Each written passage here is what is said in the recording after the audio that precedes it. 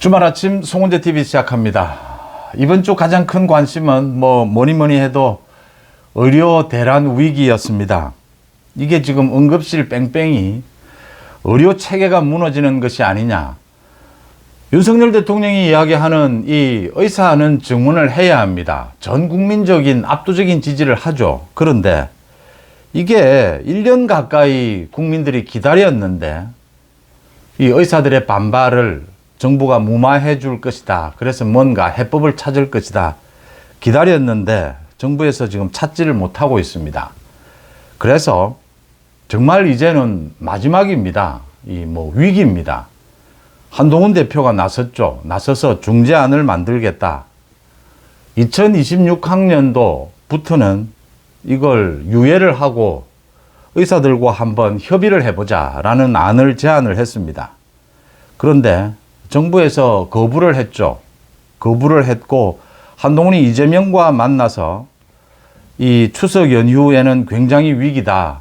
철저히 대비를 해야 된다라는 합의안을 발표도 했고 여러 가지 대책을 마련 중입니다. 가장 중요한 것은 어제입니다. 어제 윤석열 대통령의 확실한 지지입니다. 한동훈 대표를 지지하는 것입니다. 힘을 실어준 것입니다. 이 사회수석을 보내서 한동훈과 그동안 물밑에서는 많은 협의를 해왔습니다. 정부 측, 한동훈 대표가 의사 측, 야당 측, 정부, 대통령실 모두 많은 협의를 해왔습니다. 어제는 윤석열 대통령이 이 사회수석까지를 보내서 한동훈이 모든 것을 발표하게 하고 한 대표가 이 중재를, 의사 측과 중재하는 모든 것을 앞으로 추진해 갈 수 있도록 힘을 실었습니다. 그러니까 한동훈 대표가 중재안으로 내놓은 2026학년도 이 부분 백지화를 하고 완전히 제로 베이스에서 의사들과 협의할 수 있다. 대통령실이 받아들인 것이고요. 여야의정 협의체 구성하자. 이건 야당도 주장을 한 것이니까 곧바로 야당도 받아들이겠다라고 했습니다. 이 협의체를 구성한 것, 이게 굉장히 큰 의미를 가집니다. 지금 윤석열 대통령이 강력하게 의사 증언 부분을 밀어붙이겠다라고 기자회견을 한 이후에 대책을 내놓은 것이 이 군의관을 응급실에 투입하는 것이었는데 이 군의관들은 군대에서 근무를 하다가 갑자기 자기가 근무하는 데도 아니니 응급실에 투입을 한다라고 해서 이게 효율적이지도 않고 곳곳에서 지금 군의관이 돌아가기도 하고 응급실을 문 닫는 곳도 생기고 일부 또 시간을 조정하고 또 의사들이 견딜 수가 없다. 의사 수가 줄어들고 의사들의 피로감. 그래서 참 심각해졌다. 이 부분과 관련해서 한동훈 대표의 말이 명쾌합니다. 이게 당정 갈등, 윤한 갈등, 사치다. 그런 이야기 할 때가 아니다, 지금. 이 의료 공백 사태부터 막아야 한다. 어떤 방법이라도 동원해야 한다.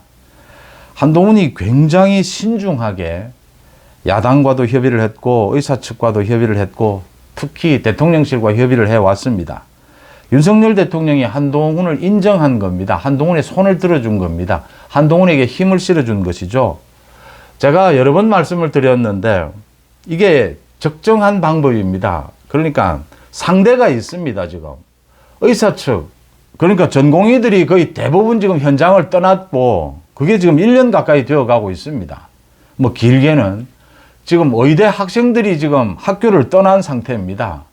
이런 상태를 그대로 가져갈 수는 없다. 그래서 한동훈 대표가 중재안을 낸 것이고 이게 정부에서는 거부를 일단 했는데 대통령이 받아들이는 이런 결단을 내린 겁니다. 한동훈 대표가 이재명도 이 부분에 대해서는 한동훈과 거의 생각이 같았는데도 지난번에 이재명과 만나서 대표회담을 하고 난 뒤에도 수위 조절을 했습니다. 또 한동훈 대표가 최근 들어서 굉장히 신중해졌습니다. 윤 대통령에 대해서 불필요한 당정 갈등을 일으키는 이런 것들은 자제를 하고 있습니다. 문제는 국민 생활, 민생을 위해서 해결책을 찾아야 한다라고 하는 것입니다. 해결사로 나서야 한다. 그러니까 정부는 원칙을 지키더라도 누군가는 나서서 중재를 해야 한다. 이 당정 캠이라는 게, 윤한 캠이라는 게 이럴 때 발휘가 되어야 됩니다. 정부는 원칙을 허물 수는 없습니다. 그러면 누군가는 나서야 합니다. 그런데 나설 사람이 없었던 겁니다. 그동안. 의사 측에서는 지금 정부와 대화도 못하겠다라는 이런 상황이 되어 있습니다. 이러면 쉽게 말씀을 드려서 민주당의 이재명에게 이용을 당하는 꼴이 됩니다. 이재명이 중재할 사람이 없으면 이재명이 나서서 자기가 중재하겠다, 또는 이재명이 나서서 또 가짜뉴스도 퍼뜨릴 수가 있는 겁니다. 이재명이 그런 엇박자도 보였습니다. 뭐 장차관을 잘라라든지 뭐 책임을 지고 사과하라. 그러면서도 이재명이 협의체 구성에는 참여하지 않을 수가 없는 것이 워낙 국민들의 여론, 이 국민들의 건강과 직결되는 상황이기 때문입니다. 그러니까 중요한 것이 윤석열 대통령이 이런 결단을 내리고 한동훈에게 힘을 실어주면서 한동훈이 이걸 중재할 수 있는, 이재명도 제압을 하고 이 정부 쪽도 이 협상을 해가면서 의사 측과도 협상할 수 있는 여지가, 힘이 생겼다라고 하는 겁니다. 지금 의사들이 내년부터 이걸 좀 건드리자, 내년 끝도 조정을 하자라고 하는데 그 부분도 좀 열어놓고 일부는 지금 뭐 정원은 조정할 수가 없습니다. 입시 요강이 다 발표가 됐습니다. 이제 2달 남았는데 이걸 건드릴 수는 없습니다. 다른 부분은 또 혹시, 그러니까 지방의대 같은 경우에 이게 지금 내년에 교육이 가능할 것이냐, 그 교육기기 부분을 지원하는 것, 뭐 이런 것들은 협의할 수 있을 겁니다. 그런데 후내년 거는 충분히 제로 베이스에서 논의할 수가 있다. 한동훈에게 힘이 생겼다라는 것이고요. 지금 뭐 윤 대통령, 국민의힘, 한동훈 지지율이 모두 빠지고 있습니다.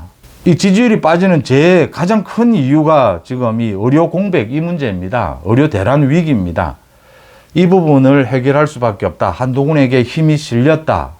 이 당정 간의 역할 분담이 잘 됐다라고 하는 것이고요. 이렇게 여야 의정 협의체, 야당을 끌어들이면 야당도 좀 도움이 될 수도 있을 테고, 협상하는데 의사 측과 또 야당이, 민주당이 가짜뉴스를 퍼뜨리고 이 발목을 잡는 일만은 막을 수 있다라는 점입니다.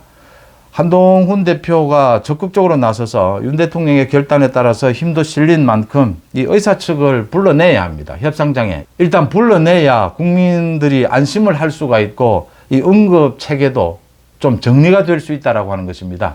해결이 될 수 있겠구나라는 이 기대감을 주는 것만으로도 분위기는 완전히 달라질 수가 있다. 그래서 의료 공백 사태가 불필요하게 더 확산되는 것만이라도 일단은 막을 수 있다. 그리고 많은 대책을 세울 수 있다. 그런 여유를 좀 가졌다라고 하는 부분입니다. 중요한 것은 제가 보기에는 총선 때부터 시작해서 윤한 케미 이야기를 많이 합니다. 이 당정 간의 케미, 대통령과 여당 대표의 케미. 제가 보기에는 총선 이후에 가장 제대로 된 성공적인 윤한 케미가 아니냐. 이런 부분이 앞으로도 계속 이제 이어져 가야 된다. 이 하나로 대통령실이 이렇게 나서면서 한동훈에게 힘을 실어주면서 당내의 소위 일부 친윤들의 목소리도 잦아들었습니다. 이제는 뭐 한동훈 리더십에 누가 시비를 걸 수 없습니다.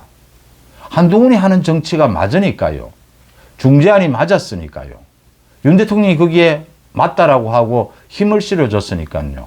앞으로 이렇게 계속 윤한 케미가 이어져 가야 한다. 개인적으로 또 당정 관계라는 게, 이 권력 관계라는 게 갈등이 없을 수는 없습니다. 문제는, 가장 중요한 것은 국민 민생을 위해서 어느 쪽이 옳으냐입니다. 오른쪽으로 가야 합니다. 그래야 지지율이 올라갑니다. 지지율이 무너지면 무슨 지금 뭐 당정 갈등이라든지 뭐 레임덕이라든지 아무 의미가 없습니다. 지지율이 무너지면 뭐 레임덕입니다. 바로 일을 할 수가 없습니다. 대통령도 일을 할 수가 없고 집권 여당 대표도 의미가 없습니다. 이 20% 지지율이 무너지는 위기에 와 있습니다. 이래서는 답이 나오질 않습니다. 그래도 막판에 이렇게 윤한 케미가 되살아났다라는 게 반가운 대목입니다. 이 부분이 앞으로 잘 되어 가야 한다. 불필요하게 이간질을 하고 윤한 케미에 대해서 비난을 하는, 국민들을 위해서 합리적으로 옳은 길을 가는 것입니다. 옳은 길을 가는데 윤한 케미가 되지 않는다면 그건 윤한 케미를 깨는 쪽에 문제가 있는 겁니다. 그건 뭐 같이 망하는 길입니다. 그 길로는 윤 대통령이나 한동훈 대표 다 가지 않을 것이다 라는 믿음을 심었다라는 게 중요합니다. 그다음 서울시 교육감입니다. 이 조희연이 서울시 교육감, 이제 조희연이 이 유죄 판결을 받아서 전교조 그 교사를 불법 채용한 부분입니다. 그래서 이 조희연이 날아갔는데 또 서울시 교육감의 이 좌파, 진보 좌파 쪽에서는 광노현이 출마를 선언을 했습니다. 이 광노현은 2010년에 이 교육감 선거에서 다른 후보를 매수를 했습니다. 돈을 주고 1억, 2억 이렇게 돈을 주고 다른 후보를 매수해서 그게 들통이 나서 선거법 위반으로 1년 징역형을 받았고 징역을 살았습니다. 그리고 이 선거 비용입니다. 35억을 국고로부터 보전을 받았습니다. 이게 100만 원 이상의 벌금형이 나오면 무효형입니다. 당선 무효형. 100만 원 이상입니다. 선거법에. 이재명 때문에 잘 알지 않습니까? 100만 원 이상, 이건 뭐 100만 원이 아니라 징역형이었습니다. 그래서 35억 3,700만 원입니다. 이걸 광노현이 토해내야 합니다. 반납을 해야 합니다. 국가에. 그런데 지금 10년이 훌쩍 넘도록 거의 반납을 하지 않고 30억 원이 넘게 지금 남아 있습니다. 이 반납을 하지 않고 지금 버티고 있습니다. 자기 재산을 빼돌린 것이 아니냐. 이 반납을 하지 않는다. 반납을 뭐 하기 위해서 노력을 했는데 워낙 금액이 커서 반납을 못했다. 지금 광노현은 이러고 있습니다.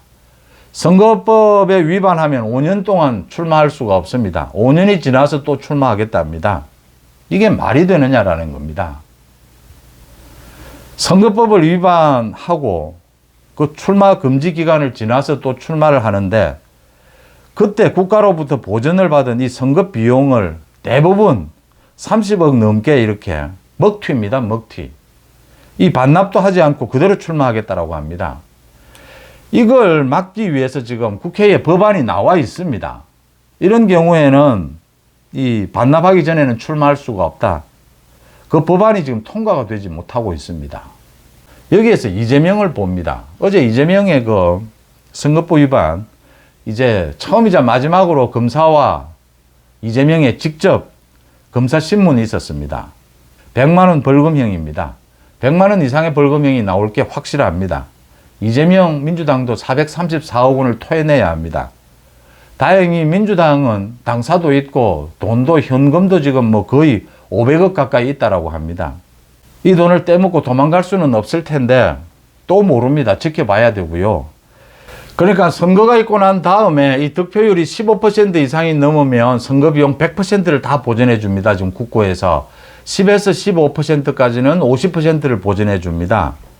지금 이렇게 광노현처럼 이 선거 비용을 토해내야 하는데 토해내지 않고 있는 돈이 191억 원이라고 합니다. 이걸 추징하기 위해서 계속 노력하는데도 재산을 빼돌리고 이런 식으로 이렇게 국고 지원금을 반납하지도 않고 다시 출마하겠다고 나선 이 광노현의 경우 이 기가 막힌다. 이걸 지금 막으려면 법안을 제정해야 되는데 막지 못하고 있다. 자기 돈은 지금 빼돌려서 지금 뭐 갚은 돈은 지금 국가에 반납한 돈은 4억 원 정도밖에 안 됩니다. 30억 넘게 지금 반납을 하지 않고 다시 출마하겠다라고 나선 겁니다. 더 기가 막힌 건요. 이게 지금 다시 지금 이 서울시 교육감 보궐선거가 열린다라고 하니까 보수 진보해서 15명이 지금 출마 선언을 했습니다. 뭐 여러 명입니다. 후보들이 다 양쪽 모두 7, 8명씩입니다. 그런데 진보는 지난 10몇 년 동안 되풀이된 겁니다. 전국적인 현상입니다. 진보는 후보 단일화를 합니다. 그런데 보수는 언제나 후보 단일화가 안 됩니다. 그래서 지금 서울시를 비롯해서 진보 쪽이 교육감 선거는 강세를 보이고 있습니다. 후보 단일화 때문입니다. 이건 지금 정당의 공천도 아니고 정당이 개입할 수도 없습니다. 그래서 분명하게 뭐 이 보수 진보가 나뉘는데 좌파 우파가 나뉘는데 교육감이 지금 뭐 정치적인 선동을 합니다. 이 광노현 같은 경우에는 윤석열 대통령 뭐 탄핵을 이야기하고 있습니다. 지금 이런 교육감 선거에 정당도 개입이 안 되는 상황에서 진보는 후보 단일화를 하고 보수는 후보 단일화를 못 합니다. 그래서 계속 보수가 지고 있습니다.